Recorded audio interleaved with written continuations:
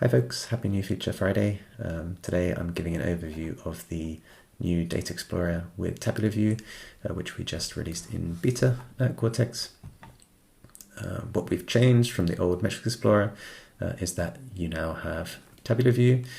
You can pull in multiple metrics to see them compared to each other side by side.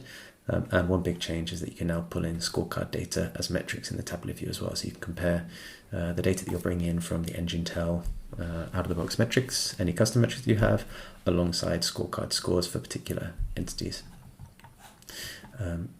So in my sandbox environment, I've created all of the World Cup groups, I've created all of the World Cup teams, and then I've joined them together with entity relationships so we can see which teams belong to which groups.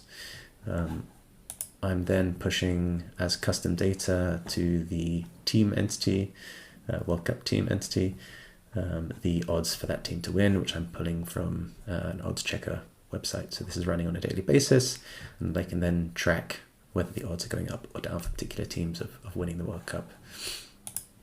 I've got a scorecard with a few basic rules, basically asking me whether they're less than a 2% chance. For those least likely, they're in the nice day out category, and then the elite folks are at 11% or more to win the competition.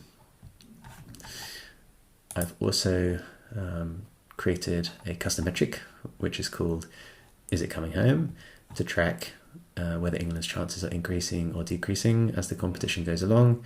And this is just to show you how you can pull in scorecard data, showing the performance against a particular set of scorecard rules alongside metric classic time series data in the new Data Explorer UI. This is the editor mode. You can see that you can pick from the out-of-the-box metrics, or you can pick from your custom metrics, or if we switch over into table view, we can also pick from our scorecards as well. So I can take the scorecard scores and I can see them for my particular entity, and then I can filter them. So for example, I'm only interested in seeing how England's going to perform, so I'm filtering it down to the England entity.